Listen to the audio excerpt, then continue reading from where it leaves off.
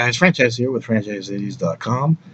Thank you for joining me on another one of my Franchise80s podcast. And on today's episode, we're going to be talking to a really good friend of mine named Brock Diesel. Brock is very much like me. He loves a lot of the same things I love. So before we get to my candid conversation with my good friend Brock Diesel, I wanted to show you guys real quick this cool thing I found, or actually I saw somebody post it on Facebook, and it's a cool little trick when you go on Google and you search for Thanos. Just go on Google, search for Thanos, and I'm going to show you guys a quick little video of what happens when you do that. It's pretty awesome. I hope you enjoy it.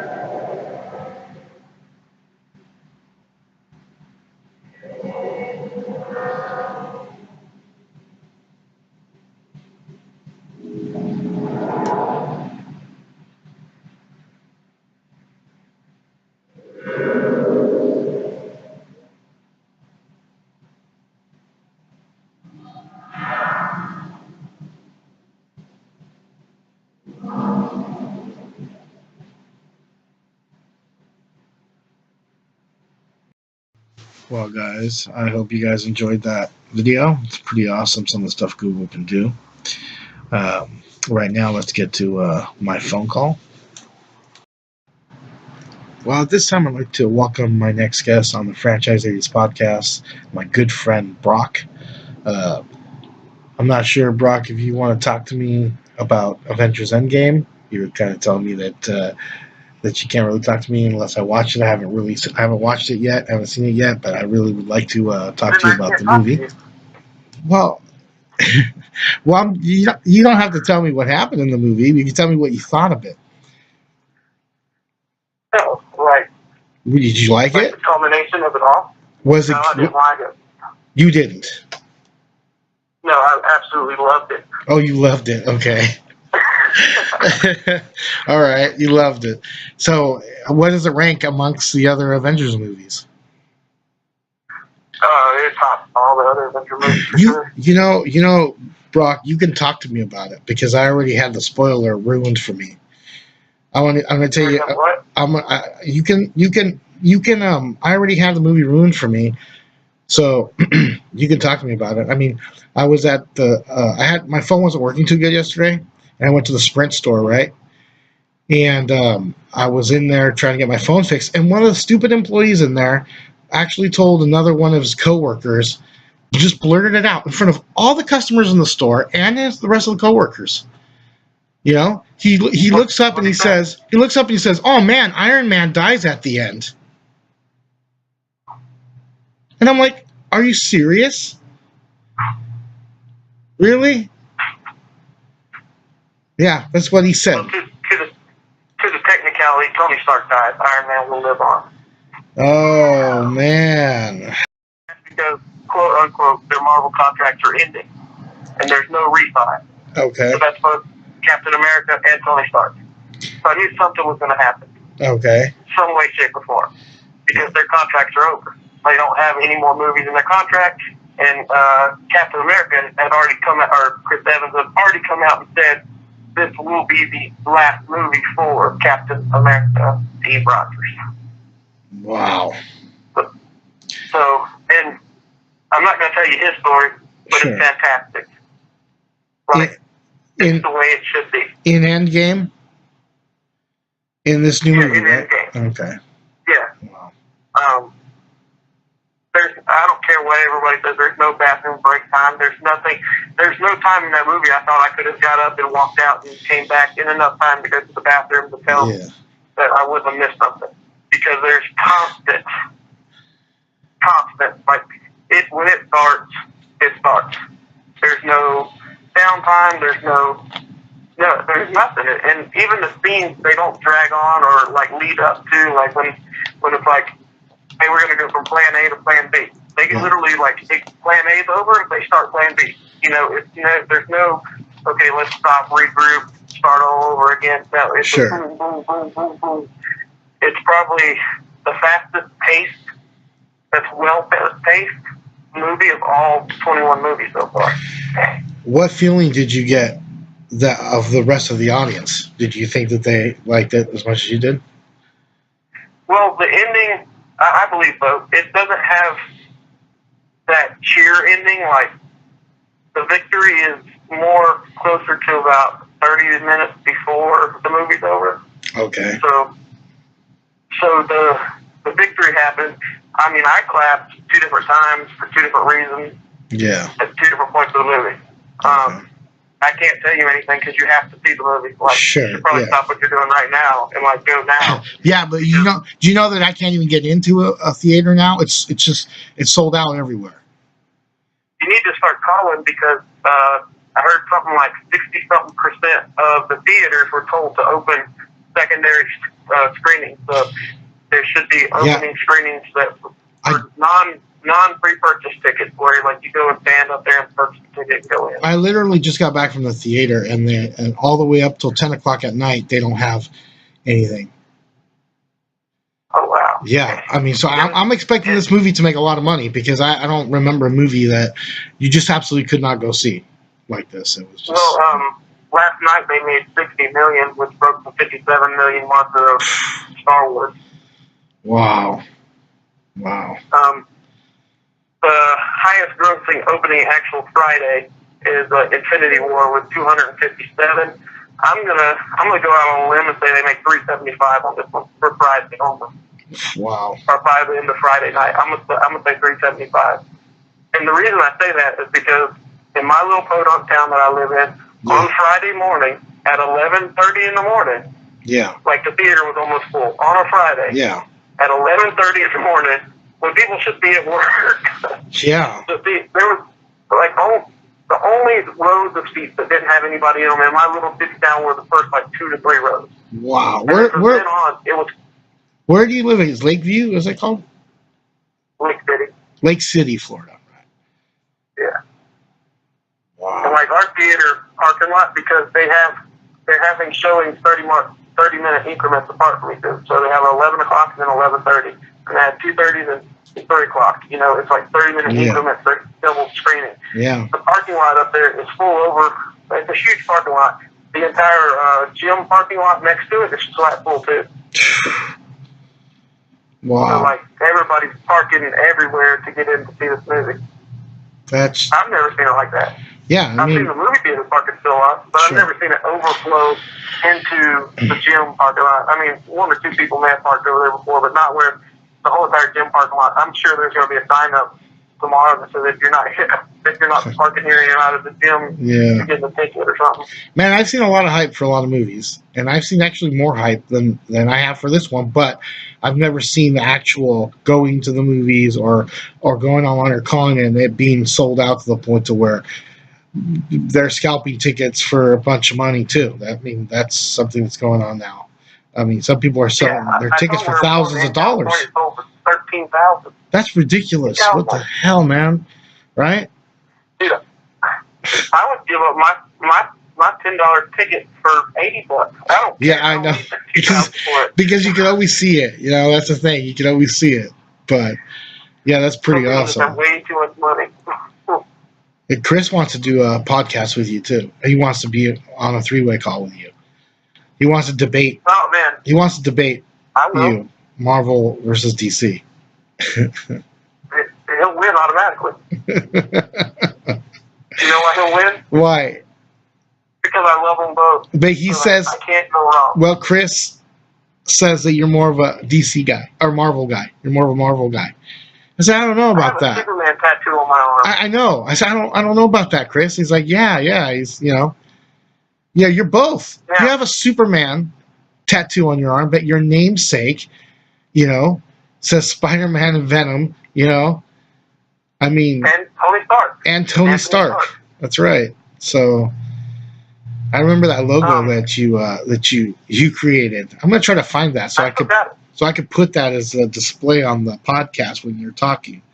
I can say I'm a bigger fan of the MCU versus the actual DCU movie wise. Well, I can say that of Marvel course, movies because have touched on more. Marvel movies are way better than the DC movies. I mean, I have to admit it, even though my love for I Superman. don't want to say way better, and I'm Really? going to tell you why. Why? The stories they chose for DC are dark. They're not the light, fun comic book character stories that we know of those characters. Think of all of the movies that you've seen in DC so far. It's like their darkest moments. It's like the most conflicted internal problems. Like Superman has the most conflicted problems in these movies. Yeah. Mentally than he does in any other movie they could choose to put out. Now, and I think the reason why they do this is because all their animated movies are amazing over the Marvel animated movies. They are. DC's animated movies are top notch. And I feel like they don't want to step on other artists' toes using the stories that those artists have wrote or written. You know what I'm saying? Yeah. They wanted to touch on something that hasn't been touched on. Like, have you seen the new The Death of Superman and then the Reign of the Superman, the animated movie? Yeah. Yeah, they're really good. Yeah. They're fantastic. They're great. And it's how the comic went.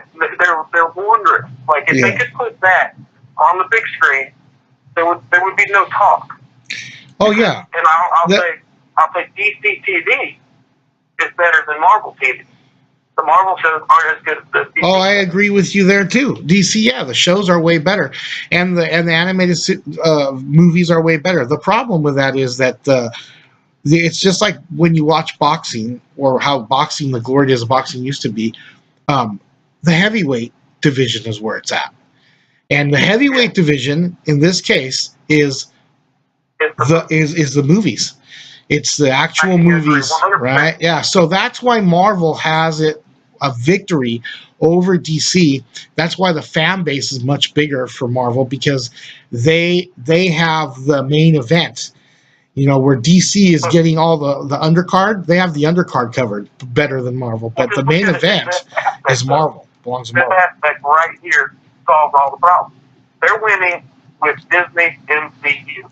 Yeah. They're not winning at Marvel Comics.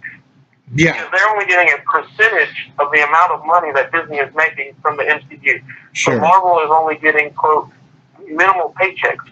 Where DC is maximizing paychecks. Well, yeah, they're getting animated movies. Yeah, of course. The Disney, the mouse, winning? Mickey Mouse. You get what I'm saying? Yeah, Mickey Mouse. Mickey Mouse is winning. Got it. Mickey Mouse is winning because he owns everything. And pretty soon he'll probably own DC too. Well, there's a big rumor that DC may be willing to do a merger like that, where they have like the DCU and then Disney would have the MCU for propaganda / money-making promotion. Yeah.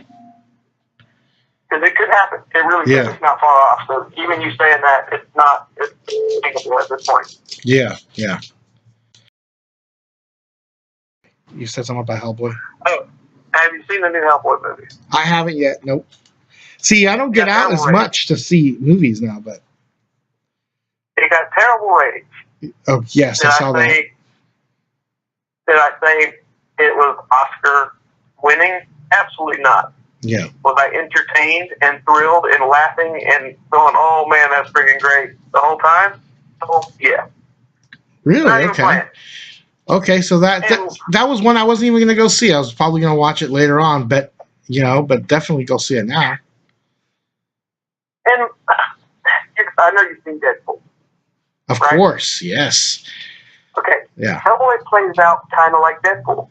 Really? I believe it got bad ratings because people look at Hellboy as like he's supposed to be a hero. Yeah. Because if you think of Hellboy and Hellboy's building an army, he's like a hero. Yeah. Ron Perlman's Hellboy is a mature, grown-up, hero-esque kind of guy. Yeah. He's taking a hero role, being the good guy constantly. This is Hellboy when he's quote-unquote just maturing. So if you take a demon, we don't know how old they actually have to be before they're quote mature. They live forever, basically. and they're hard to kill. Yeah. So, yes, David Harbour's somewhere around 40 years old or whatever, so we'll say he's alive. He's been alive for 40 years at this point. We'll just say that. Okay. But he's still got daddy issues from his dad. Like, he has a problem. He's, quote unquote, cries about things, has temper tantrums, and he doesn't really want to go be a hero. Yeah. So he's kind of like Deadpool, and he's just doing it because he kind of has to. Sure. You know? Is he smarmy? Is he smarmy like Deadpool in this movie? Oh, they cut. He's not as quick on the comeback, but okay. You know, like the co-starring character is an Asian guy, and they were literally like constant banter the whole time. Okay. From dry humor to absolutely like just blatant piss each other off. Yeah. You know, like it's great. Like it's entertainment. Like that to me is what a movie is about. But of course it got bad ratings because yes, the story was a little dry. Yes, the story was a little weak. But who's watching Hellboy for the story? Who's watching Deadpool right? for the story? Yeah. Like that's the way I compare the movie because there's even parts where it looks like they filmed certain scenes with a GoPro because he's literally getting tossed around like a rag doll, which you can see in the trailer, by a giant. You know? So he's like, oh, and he's just like, oh, like he's about to throw up. Stuff like that. But to me, that's comic book Dark Horse humor. That's how Dark Horse is. Sure. You know, their comics are none like, they're not Superman. Yeah. They're not Iron Man. They are like the guy over in left field who thinks he might want to do some superhero stuff but doesn't really know yet. Yeah, exactly. Kind of like Kick-Ass. So now I got to ask you a question because there's another movie that I was interested in watching actually before that, and I got mixed emotions because of the trailer. I hated the trailer when I first saw it, but now every time I see it, I kind of like it, and it's Shazam. I love that movie. Did you see it? You saw Shazam? Yeah. Okay, so it's good too. I absolutely loved it. Yes, it was kids. It's meant for kids. It's meant for a younger audience at this point. It is, okay. See, that's what it kind of looked like. Yeah, I mean, but that's okay. It reminded me of the movie Big a little bit. The trailer. Yeah, have you seen it? I haven't seen it yet, no. I told you, I haven't not been out to go see it. There's a throwback too big in it. There is a literal throwback all the way, Easter egg, whatever you want to call it, too big. They are literally fighting on a giant full piano playing music, going dee-dee-dee-dee-dee. No way. I'm not lying, bro. So, like, there's so much fun in that movie. That's kind of what they did on well, they didn't fight in the movie Big, but the whole piano scene, like giant pianos, you know? Right. Yeah. So you haven't seen a giant piano on a floor ever since that movie. Since that movie, of course not. The fact that it's even in this movie is just a throwback to Big. That's now a grown man. That's awesome. So they purposely kind of making it like Big. That's I guess I got that feeling when I saw it. This kind of reminds me of Big Quote, so that's even better. Now I want to go see it even more. I just thought it's great. I was like, who's this actor? You know, I was like, man, he just seems too, I don't know, like he's trying too hard, kind of like Deadpool. But that was the first impression I got. But after I saw the trailer a few times, I'm like, nah, man, I kind of like it. I'm kind of interested in seeing the this. hardest part for people to watch Shazam in a movie versus Shazam in the cartoon. Shazam in the cartoon is very easily manipulated with his goofiness. Like, he basically makes up for it with fighting and power. They don't really focus on him. He's always secondary. Sure. He's not the primary. Mm-hmm. So you have to look at Zachary Levi, or Levi, ever how you say it. Yeah. He's portraying a 14-year-old kid. Even though he looks 32, he's 14. Yeah. So the stuff he's doing in antics is how a 14-year-old would think. Like, he literally thinks just like a 14-year-old. Absolutely, yeah. Like so at first it's kind of choppy and corny because you're looking at him like, dude, you're a grown man, come on. But then when you get into and see that he's into the role, then it makes so much more sense. And I think that's what a lot of people have a hard time like deriving is like, dude, you're a big giant dude who just have all these superpowers, just punch him in the face, you know? Yeah. But he's 14, yeah, but for a 14-year-old kid, yeah, absolutely. He doesn't want to get in trouble. You know, he doesn't want. Yeah, that's what I got from the commercial too. And that villain kind of just like, oh, you're a bad guy, right, or whatever. And he just, the guy kind of destroys him in the trailer. And then he realized, oh, he's a bad guy. Then he's like scared. Yeah, exactly. What do you exactly. want? So he runs, literally. great. So that's awesome. I'm not going So to tell you the best part in that movie. yeah, don't. I'm gonna go see it because I'm gonna go see that one, and then I'm gonna go see that one in Endgame probably this week. But Did you see Captain Marvel? yes, I saw Captain Marvel. I liked it. It's not my favorite. It's not my favorite. I liked it. I thought it was entertaining. It was entertaining, but it's not. It's not one of my favorite Marvel movies. You know, my favorite Marvel movies that Iron Man, the first Iron Man, I loved the first Iron Man, and the Guardians of the Galaxy, which when they came out, I was like, when they came out with that movie, when they were doing the first Guardians of the Galaxy, I was bitching and complaining to everyone. Why are they doing a movie about this obscure comic book that unless you're a real nerd, you're not going to know who these people are. The general public is not going to know who these people are. This movie's going to bomb. And it ended up being one of their best movies. You know? Because it's fantastically done. James Gunn did amazing. Fantastically done. And I'm partial to the 80s. That's why I have my Franchise80s podcast and my Franchise80s YouTube channel. But the fact that they put 80s music in there and that he's such a fan of the 80s, you know, that helps, I think. Okay. So, being that said, because he was young in the 80s, so he was young in the 80s, he got his music from the 80s. This is like his mom's favorite mix. Okay? The music, when they played it in that show, was on point for what was going on. Oh, it wasn't far-fetched. It wasn't stretched. Now, move forward to I mean, a lot of it was 70s music, too. I mean, I can't say completely, but the whole... I think the whole aura of that movie was 80s for him. Star-Lord was definitely an 80s type of guy. Yeah. Oh, yes, absolutely. Now, let's move forward to the 90s version movie. The 90s version movie is Captain Marvel. Yes. The music in that movie was very forced. Yes. It was kind of a flashback to the 90s, but it was very forced. It was. Like, certain scenes had songs that didn't make sense for the scene to me. Like, I felt like, okay, the music was a little too hip for the sadder moment. I don't really understand if I should be sad or doing jumping jacks. I can't figure this out right now. Brock, you don't realize how on point you are because I've talked to a lot of people about that movie, and they tell me exactly what you're telling me. They didn't like the music, didn't make sense with the scenes. In fact, I thought it was poor choice placement. Yeah. And the movie in itself is not a bad movie. Yeah. I did not get the superhero feel of joy by watching her do anything. Yeah. Okay? Quote unquote, she's the strongest character in the Marvel Universe. Okay? She couldn't keep anybody down. Yeah, Everybody beat up, got back up. So why is she? I mean, I don't know much about her, but why would I assume that she is? You know, with all this most. I'm assuming because she's the most indestructible. In the Marvel universe, is she? I mean, Thanos can snap his finger. Thanos can snap his finger and eradicate half the universe, probably all the universe if he wanted to, but he just chose half. I mean, it doesn't get more powerful than that.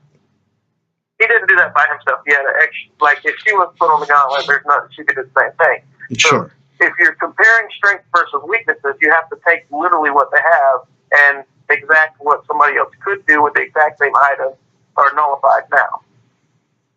So hand-to-hand combat-wise, she is stronger than Thanos strength-wise. Is she stronger than Thanos ability-wise with hand-to-hand combat? Absolutely not. You can hand it to her because he has just experience. Because we don't know how old Thanos is, but I'm guessing because he's like a demigod size, he's huge. He talks like he's been around for ages. I'm guessing he could be easily 100 years old with experience. Sure.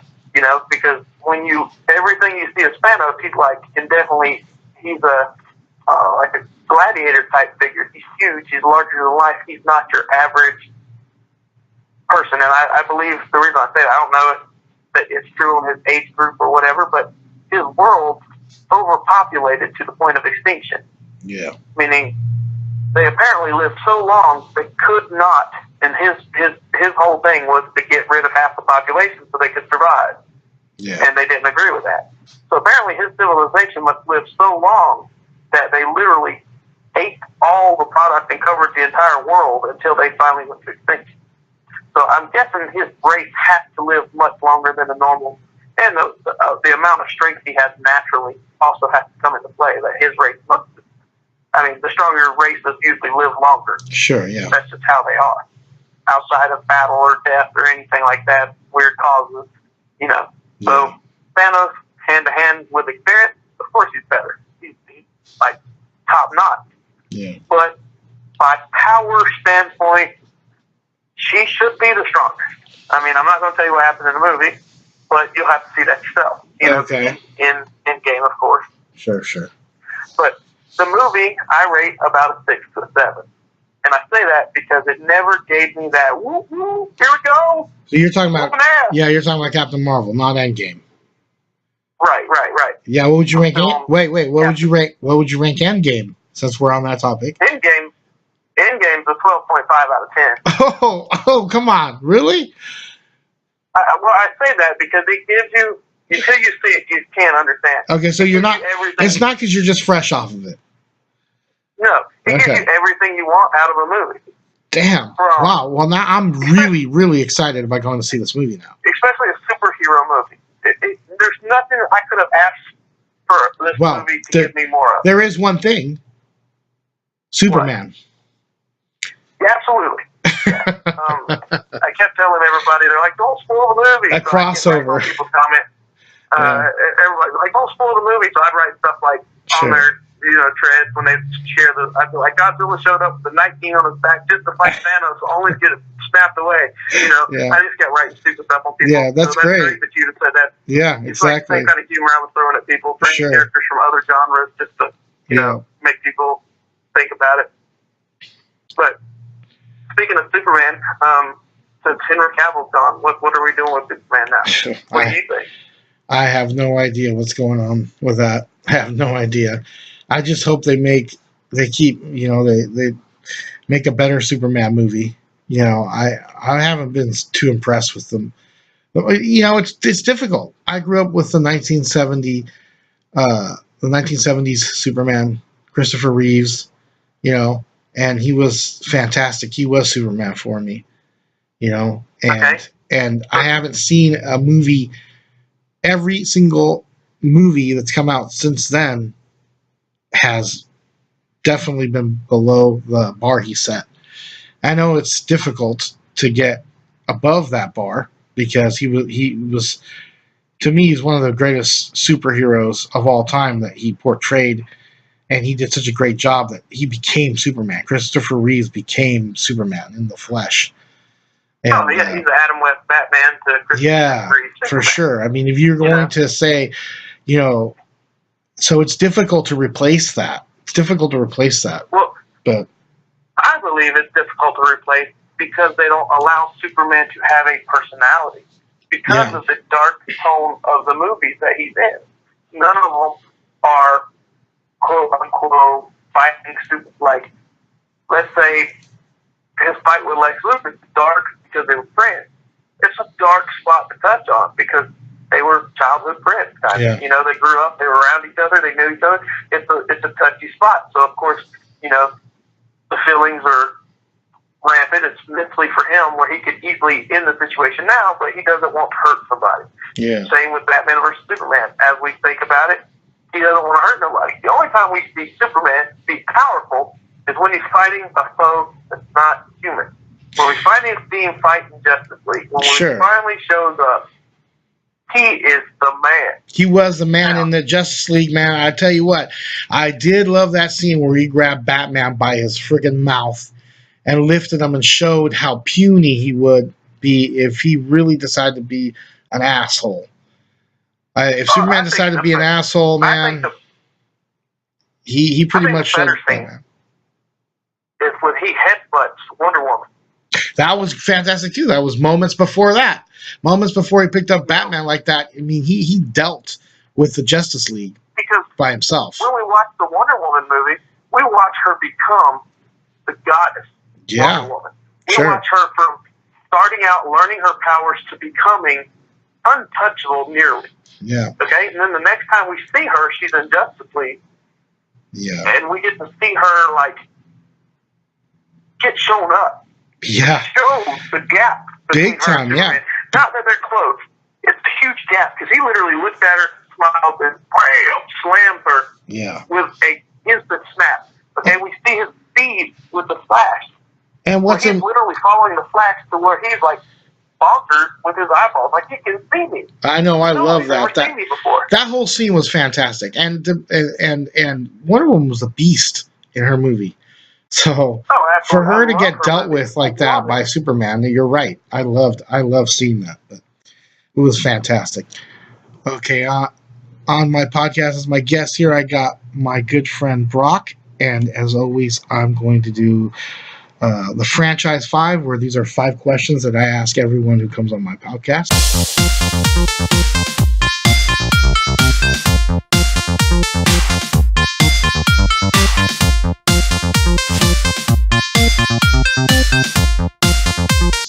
So, question number 1, Brock, is what are your top 3 favorite movies of all time? You don't have to be exact. I know I'm putting you on the spot, but if you can give me 3 movies where you may consider your top 3 favorite movies of all time. Top 3 movies of all time. I'd probably have to say Lion King, one of them. The original Ninja Turtles. Of course, the Superman movie. The one with original Superman with Christopher Reeve. Okay, wow, fantastic. I would agree with you on that one. Question number 2. You only get one for this one. Who is your favorite TV or comic book character of all time? Kal-El. Superman. Great choice. Question number 3. If you had a chance to win $1 billion by answering one question correctly, and you got to pick the subject of that question, what subject would you pick? This is kind of trying to see what you are the most expert at. Yeah, for $1 billion, what subject would that question come from? Do I get to narrow it to like anything? You can any one subject. Could be Star Wars, comic book, wrestling.